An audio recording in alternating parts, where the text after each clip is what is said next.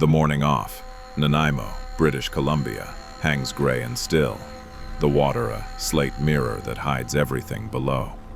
A diver in 3 meters of water catches a flash of movement, a sudden churn that should not exist in this quiet inlet south of the city on Vancouver Island. The fight has already begun, and it is the kind of encounter nobody has ever filmed before. The two animals twist together in a knot of muscle and suction, a Steller sea lion and an octopus close to 2 meters long, each one locked onto the other with everything it has. The diver holds the camera steady as the water fills with torn cloud and scattered limbs. It is about 3 minutes of chaos, or maybe only 2. Reports still disagree. And every second of it is a first. Nobody has ever captured this on camera until now. You might expect a sea lion to have an easy meal here, a soft-bodied octopus against a predator built for speed and power. But the thing wrapped around its head is not soft at all. The octopus does not flee. It fights back. In the dark water, the sea lion shakes its head hard, trying to dislodge the grip of 8 arms lined with rows of suckers that pull its skin firm. The octopus squeezes tightly, pressing toward the sea lion's throat. For a moment, the bigger animal's movements slow, and the diver watching from meters away cannot tell which one is winning. It is a battle between life and death. Marine biologist Andrew Trites would later describe it exactly that way. A battle between life and death, because nothing about this fight is casual. The sea lion is not just hunting, it is surviving. And the octopus, with a beak like a parrot's and arms that can wrap around a sea lion's head, is not just prey. It is a living trap that can smother, bite, and deliver nasty chemicals into the wound. This is the moment the old stories get rewritten. For a long time, people assumed a sea lion simply swallowed an octopus whole, quick and easy. But the footage from Nanaimo, and the critter cam footage filmed before it, tells a different truth. Up close, the strategy is patient. The sea lion tears the octopus apart 1 arm at a time, and it does this at the surface. Why the surface? Andrew Trites explained it plainly. They do it at the surface because they can get more torque in air than they can underwater. Out of the water, the sea lion can whip its head with a force water to dampen. Each jerk, each twist, shears off another arm. Below the surface, the octopus is at home. In the air, gravity becomes the sea lion's weapon. There is a reason this footage matters beyond its drama. The National Geographic CritterCam project strapped small cameras to Australian sea lions, endangered animals whose feeding habits were still a mystery. The footage showed something remarkable: a large Australian sea lion gripping a giant octopus, too big to swallow whole, dragging it up to the surface to breathe, then breaking it into bite-sized pieces. The sea lion goes back for more of her meal, the narration says, as the octopus tries one last escape. She dives after it, drags it up again, and continues the slow work of dismantling a creature that is not defenseless. Sherry Timone, a marine biologist who studies these encounters in Alaska, has watched the same pattern. The octopus can wrap itself around the head of the sea lion, she says, and every bite delivers more than pain.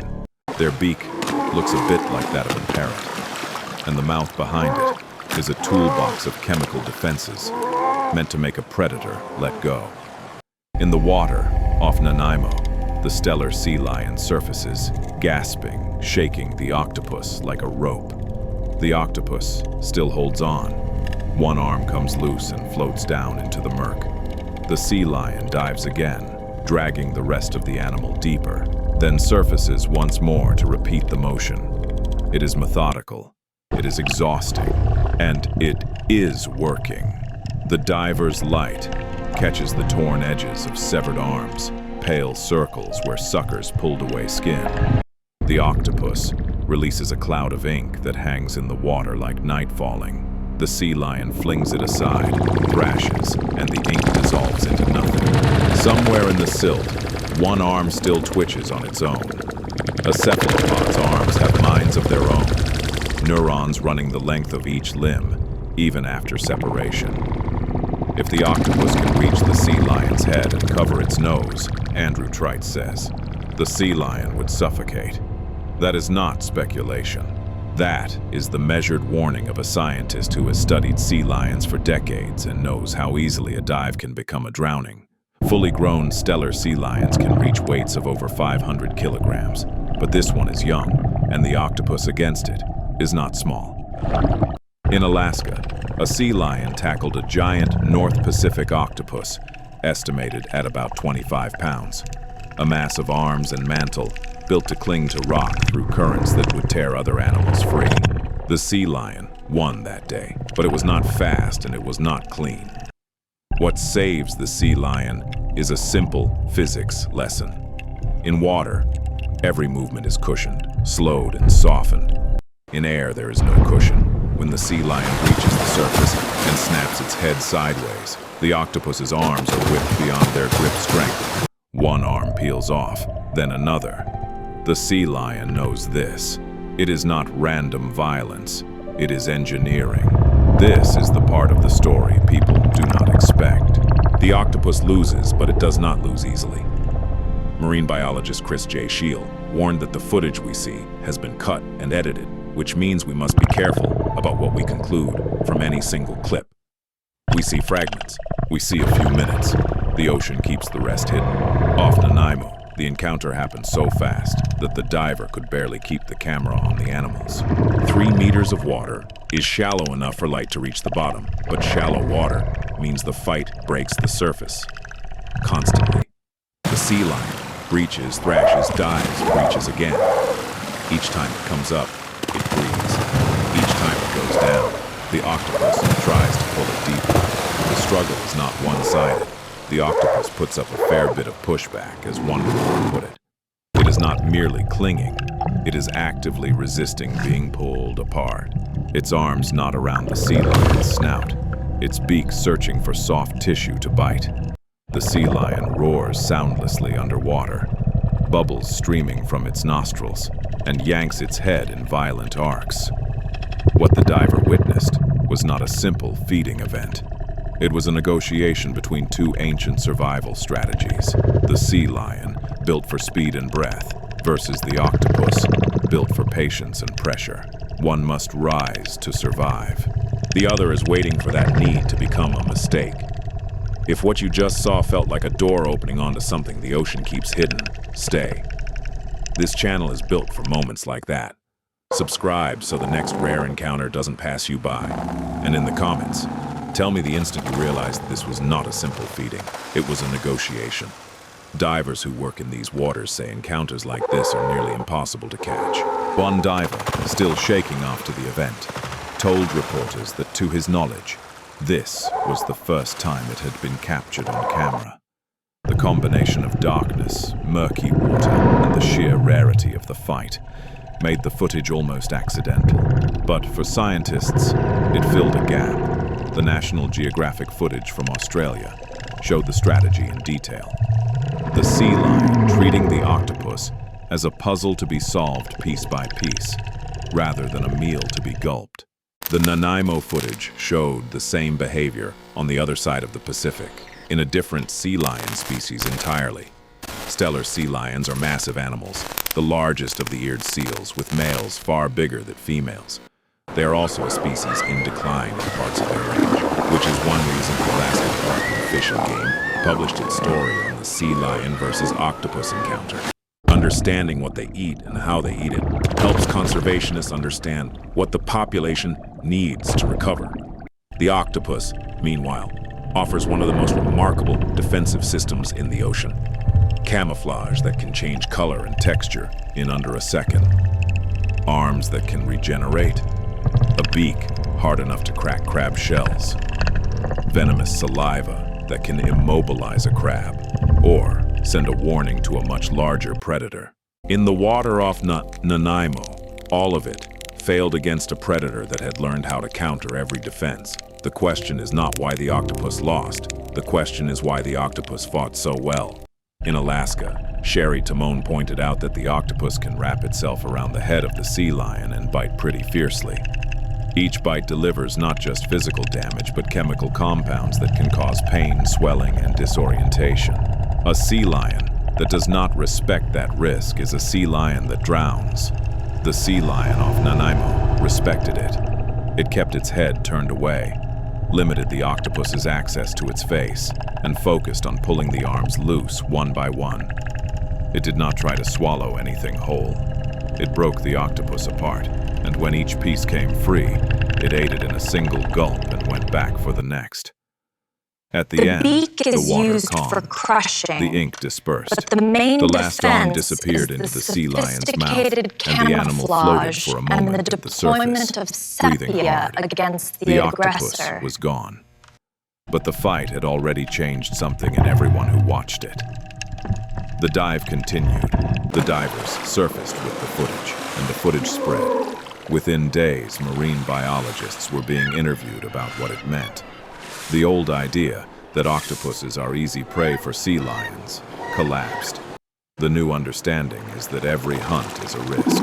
Every octopus is a potential trap. And every sea lion that hunts them is gambling its breath against a creature built to steal it. This is not a story with villains. The octopus did what octopuses have done for over 300 million years. It held on, bit, and refused to let go. The sea lion did what sea lions learn to do, possibly passed down from mother to pup, possibly discovered by trial and error. It used the surface as a weapon and turned the physics of air against an animal that could only fight in water. And somewhere in that exchange, there is a kind of mutual respect, not a partnership, but a recognition. The sea lion that bites a water-soaked arm must know it carries venom. The octopus that sees the surface approaching must know it is running out of time. Both of them act on instincts that have been refined beyond what any individual animal could learn in a lifetime. The footage is short, 3 minutes, maybe 2. But in that small window, the entire relationship between two of the ocean's most intelligent predators is laid bare. One fast, one flexible. One breathing, one squeezing. One rising toward the light, one pulling toward the dark. The diver who filmed it did not know what he had until he watched it on land. The water had been dark, the fight chaotic, the ink disorienting, but the camera caught what the eye could barely track. And, thanks to that accident of timing and place, we can now describe a battle that has been happening unseen for millennia. What the sea lion won, it won with strategy. What the octopus lost, it lost with resistance. And what the viewer gains is a single honest glimpse into a wild world that does not care about our expectations. The ocean keeps its stories close. Sometimes, though, it lets one rise into the light. The old stories die slowly. For decades, naturalists assumed sea lions had an uncomplicated relationship with octopuses. A quick grab, a victorious swallow, a meal concluded. But even a single encounter off Nanaimo, stretched across the surface and pulled back down again, was enough to reveal a far more intricate dance. The question of how a sea lion manages to win against such a well-defended cephalopod hinges on breath, torque, and patience, all measured in seconds. And patience is the word that lingers. The National Geographic CritterCam footage, filmed as part of a project intended to help save the endangered Australian sea lions, did not show a frantic bite and gulp event. It showed a hunt that resembled work. The sea lion dragged the octopus upward, let the air do the breaking, then dove for the piece that sank. The sea lion goes back for more of her meal, the narration noted, as if describing a worker returning to a task. That slow, deliberate strategy matters because the octopus is not passive cargo. Its arms are lined with hundreds of suckers, each one capable of gripping with a force far greater than the animal's total weight would suggest. In the water, those suckers are nearly impossible to overcome. On land or in the brief moments above the surface, the grip weakens. The sea lion has learned, through a kind of inherited or discovered wisdom, that the battlefield must be chosen carefully. But there is another layer to this encounter that often goes unremarked. The octopus, for all its defensive genius, is also a predator in its own right. Its beak is designed to pierce crab shells and fish skulls, and the venomous saliva it produces can paralyze creatures much larger than itself. When it bites a sea lion, it is not merely defending, it is attacking.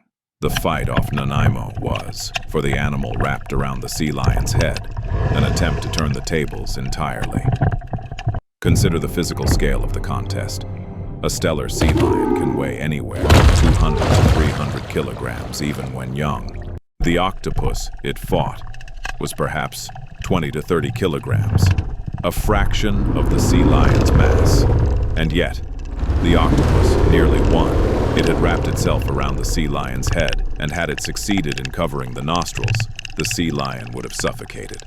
That single fact reframes every such encounter in the ocean. The risk of drowning is not hypothetical. Marine mammals are voluntary breathers, which means they must consciously decide to inhale and exhale. A sea lion, fighting for its life, struggling against an animal that has locked onto its face, can easily become distracted or overwhelmed. The body's automatic breathing reflex is suppressed, and the animal simply runs out of air. Andrew Tright's warning about suffocation is not a mild note of caution. It is the central danger of the entire hunt. This is why the strategy of the surface is so essential. The sea lion cannot afford a long, submerged wrestling match. Every second underwater, it burns oxygen it cannot spare. By dragging the octopus to the surface, the sea lion converts the fight into a series of short, intense bursts, each one ending with a breath. It is a tactical decision that turns the octopus's home territory into a disadvantage. The octopus, for its part, is not without a counter. Its arms are powerfully muscled, and its grip on the sea lion's skin and fur is incredibly strong. In the water, it can hold the sea lion down, forcing it to use energy to surface. The battle becomes a test of endurance. Who can outlast the other? Who can force the opponent to make a mistake first? Wildlife biologists who have observed sea lions hunting octopuses describe a learning curve. Young sea lions often approach the octopus frontally, risking the beak and the chemical bite. Older, more experienced animals circle, coming from behind, avoiding the dangerous head. The Nanaimo footage, brief as it was, showed a sea lion that seemed to know exactly where the danger lay. It kept the octopus's head away from its own, spinning, tiring it out. An older sea lion does not learn to circle an octopus by instinct alone. That knowledge is earned, breath by breath, across seasons of trial and quiet observation. Subscribe to stay with us as more of these earth wisdoms emerge from the deep. Type endurance in the comments if the surface tactic reframed the whole struggle for you. That kind of behavioral knowledge is not encoded in the genes alone. It is learned, passed from mother to pup, watched and imitated. In Alaska, the Department of Fish and Game has studied these interactions to understand how sea lions learn to hunt these difficult prey. The publication of the story, titled Sea Lion versus Octopus, was part of a wider effort to understand the feeding ecology of a species in decline. But there is a quieter truth in the Alaskan story. The sea lion that fought the giant North Pacific octopus did not simply charge in. It too brought the octopus to the surface, used the same torque trick, and emerged victorious, largely because it had followed a pattern. This behavior, repeated across different sea lion species, across different oceans, suggests a shared solution to a common problem. The octopus is a problem that must be solved, not a prey to be captured. The use of the surface as a weapon gives the sea lion a decisive edge, but it is an edge that comes with its own risks. When the sea lion breaches, it exposes its nose and mouth to the air, and for that moment, it cannot bite. The octopus can use that instant to strike at the sea lion's face. The timing is everything. A sea lion that surfaces too slowly gives the octopus a chance. A sea lion that surfaces too quickly loses the torque advantage.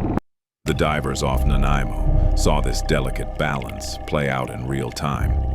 The sea lion would breach, shake its head with a violent snap, and the octopus would lose one arm. Then the sea lion would dive again, and the octopus would immediately re-anchor itself. Each cycle repeating the same pattern. An arm lost, a re-grip attempted, another breach, another snap. The sea lion was methodically dismantling the octopus's ability to hold on. The science of the hunt goes deeper than the strategy. Octopuses are known to be among the most intelligent invertebrates, with problem-solving abilities that rival some vertebrates. They can navigate mazes, open jars, and recognize individual human faces. That intelligence is on display in a fight. The octopus does not just cling, it probes, testing the sea lion's grip, searching for a softer spot to bite, a fold of skin to clamp onto. In that sense, the battle off Nanaimo was an intellectual contest as much as a physical one. The sea lion had to anticipate the octopus's next move. The octopus had to read the sea lion's body language, predicting when the next surge toward the surface would come. Each animal was trying to outthink the other, even as their bodies remained locked in a brutal embrace. The actual outcome of such encounters is not always predictable. Marine biologists acknowledge that the octopus can and sometimes does win. Look at that right there. See the coloration? Yeah, I see it. What do you make of it? In pain. Its arms can cover the eyes and nostrils, causing panic and disorientation. In some cases, the sea lion gives up, letting the octopus sink back to the safety of a rocky crevasse. But the footage from Nanaimo shows what happens when a sea lion commits. It does not give up after the first bite. It does not retreat after the ink cloud. It keeps working, pulling arms loose, surfacing for breath, diving back down. The perseverance is almost mechanical, a relentless application of a known solution until the problem is gone. This is where the viewer's expectation often flips. We watch the sea lion as the obvious winner, the apex of its niche. And yet, the fight is a reminder that the apex is never guaranteed. Every hunt is a negotiation with risk. Every predator that faces a well-defended prey is gambling its life on the accuracy of its instincts. The sea lion that wins today may lose tomorrow to a different octopus in a different patch of water. The water eventually settles. The divers aboard the boat off Nanaimo, replaying the footage on a small screen, must have felt the weight of what they had captured, a rare glimpse into a battle that summarizes millions of years of evolutionary arms race. Not just a hunt, but a conversation between two lineages that have been shaping each other for millions of years. End of chunk. Continue in the next chunk with new ideas. The night divers who documented the Nanaimo battle were not wildlife filmmakers by trade. They were hobbyists, explorers of the cold Pacific, people who descended into the dark for the simple pleasure of seeing what the daytime world hides. That they happened to be in 3 meters of water, with a camera running, at the exact moment a Steller sea lion chose to hunt, is the kind of coincidence that scientists privately admit shapes their entire field. One lucky frame can overturn a textbook. The creature they filmed was not a juvenile experimenting with a new food source. It was an animal engaged in a behavior that marine biologists have now confirmed across 2 separate oceans, in 2 distinct sea lion species. The Australian sea lion, Critter Camp, and the Steller sea lion off Vancouver Island were separated by thousands of kilometers of open water. They had never met. Their lineages had diverged long ago, and yet both solved the octopus problem in the identical way. That convergence is the detail that keeps researchers returning to the footage. When 2 unrelated populations arrive at the same solution to a difficult prey, it suggests the behavior is not a cultural accident, but a deep, repeated answer to a universal challenge. The octopus is a puzzle that has only one clean solution, and sea lions keep finding it. Part of that solution depends on something the octopus cannot counter. The octopus is exquisitely adapted to water. Its skin changes color in milliseconds. Its arms move with fluid precision, and its ability to squeeze into impossibly small spaces makes it nearly invulnerable in the rocky reefs it calls home. But the moment it is dragged into the air, All of those adaptations betray it. Gravity presses down. The suckers lose their seal.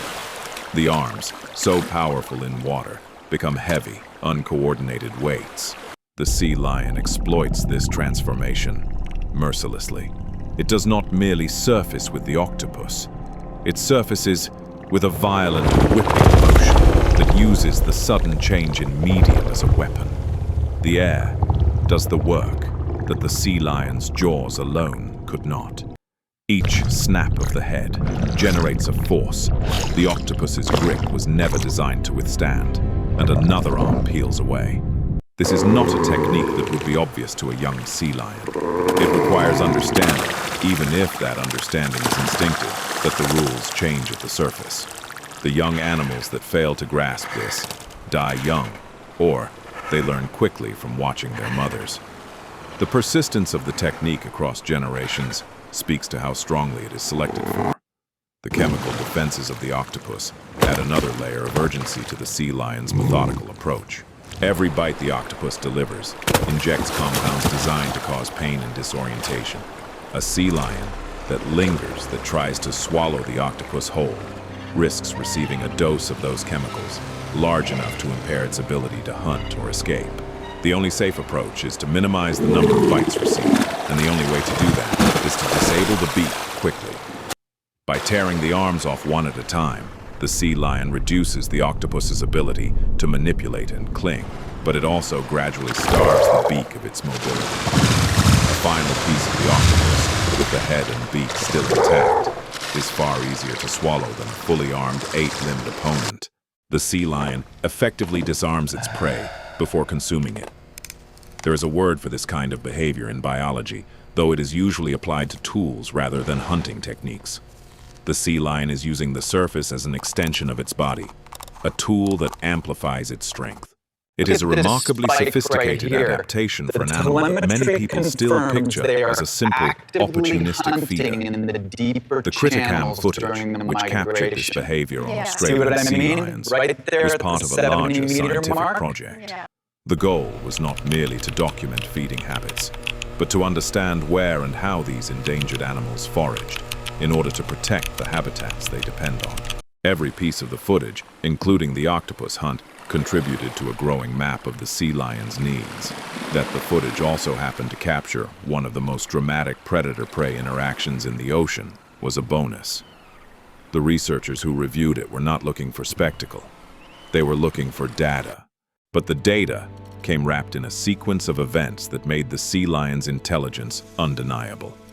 The Nanaimo encounter added a second data point from a completely different population.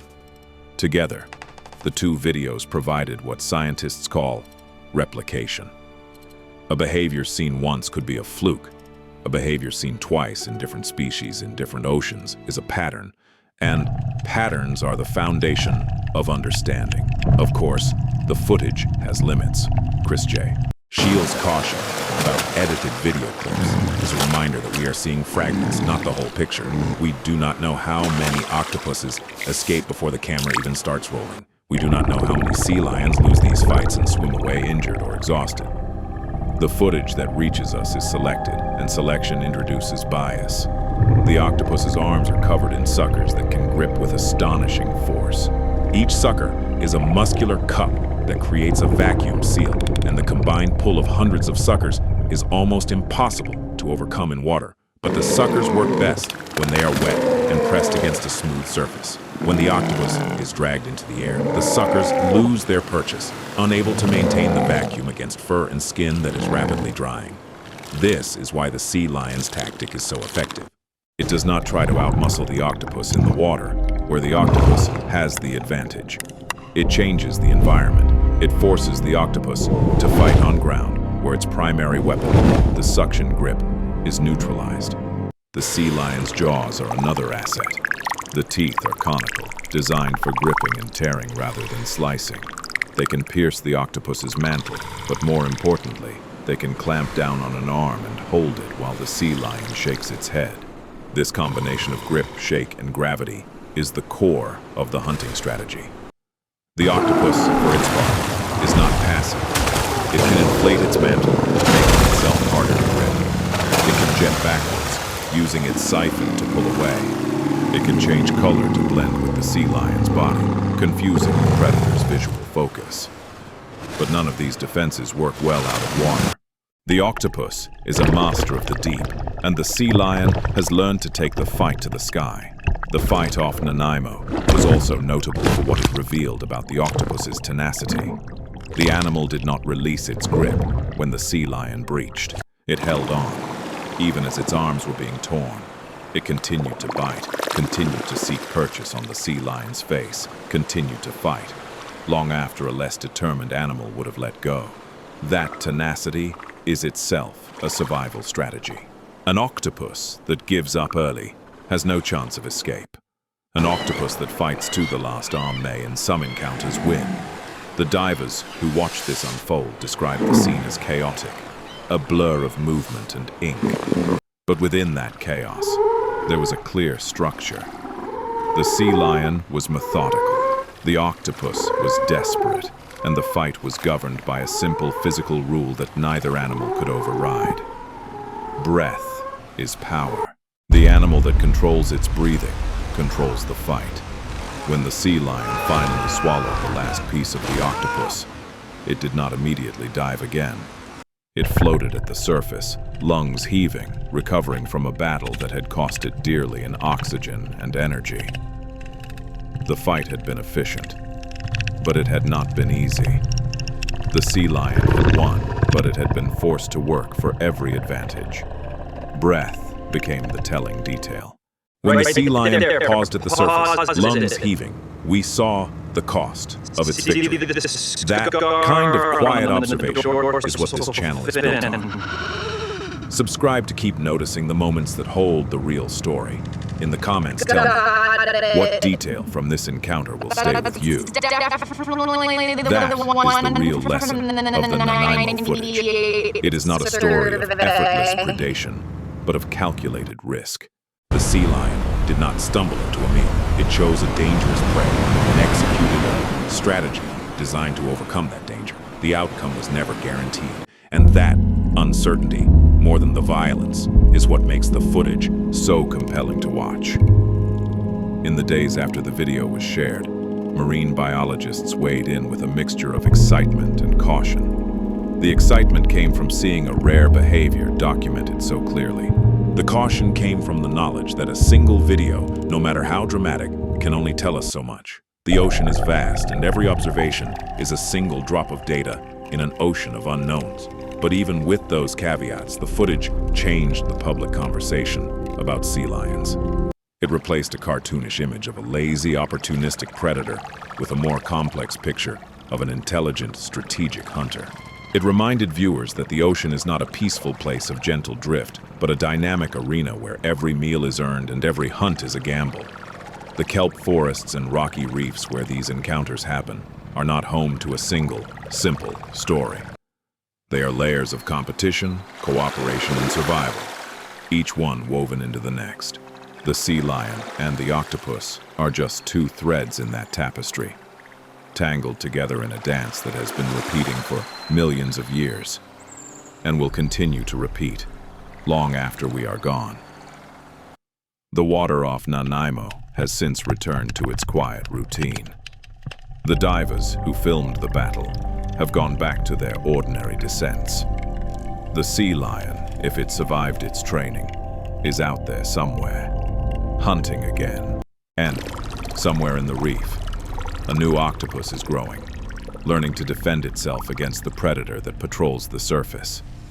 The arms race does not end. It only pauses. There is a particular silence that follows a struggle, like the one off Nanaimo. The water, which had been churning with ink and torn flesh, settles into a glassy calm. The bubbles rise slowly, one by one, and the sediment disturbed by the fight drifts back to the seafloor. In that quiet, the diver lowers the camera, aware that the scene has shifted from chaos to something closer to reverence. What the footage offers is not simply a record of violence, but a document of problem solving. The sea lion did not panic when the octopus wrapped around its head. It assessed, adjusted, and executed a plan. The octopus, for its part, responded with every tool it possessed, refusing to surrender until the final arm was torn free. Between them, they demonstrated the full spectrum of survival. For the researchers who study these interactions, the most valuable detail is not the outcome but the sequence. The order of events, the choices made at each critical juncture, the way the sea lion alternated directly between linked to the surfacing and scarcity diving of to their control the primary pace. prey. These are the data points that allow scientists to predict how other encounters might unfold and what conditions might tip the balance in either direction. The Alaskan study, which documented a similar fight between a sea lion and a giant North Pacific octopus, added a crucial element to that understanding. There, the octopus was estimated at 25 pounds, a significant mass. Yet the sea lion employed the same surface strategy, dragging its prey into the air to break the suction grip. Two separate observations, two different coasts, one identical solution. This consistency is what transforms a dramatic video into a scientific finding. It tells researchers that the behavior is not idiosyncratic, not a quirk of a single clever animal, but a robust adaptation that has been selected for across evolutionary time. The sea lion that understands torque survives. The sea lion that does not learns a costly lesson. The lessons do not end with the hunt. The Criticam project, designed to help save the endangered Australian sea lions, has used this footage to map foraging grounds and identify the habitats that matter most.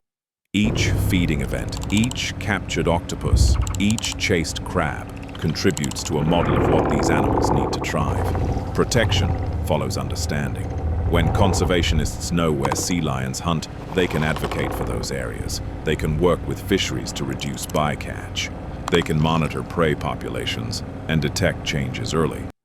The video that began as a chance capture off Nanaimo and the Criticam footage that preceded it have become tools in a larger effort to keep these animals alive.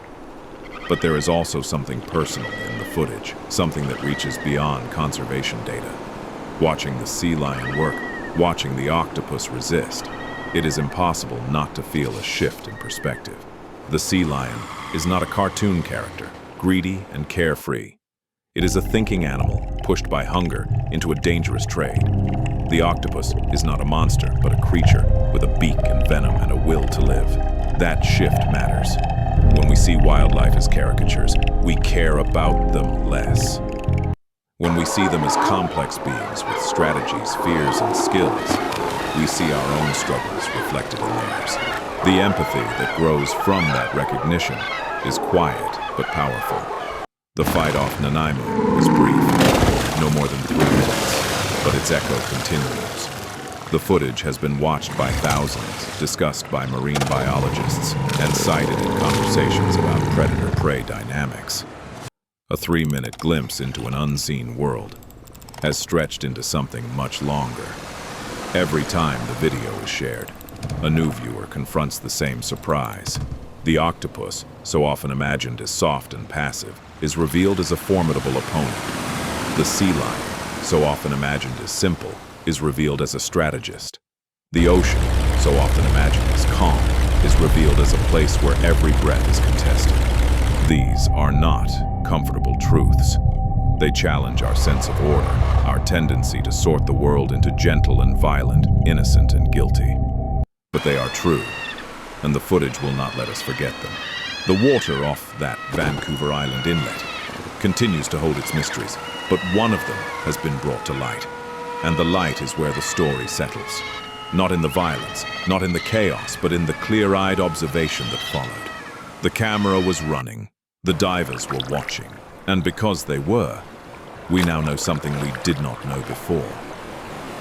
That knowledge, once gained, does not fade. It becomes part of how we see the ocean. The sea lion will surface again. The octopus will hide again. And somewhere a diver will be lucky enough to catch another fragment of the endless conversation between hunter and hunted. The water never stops moving.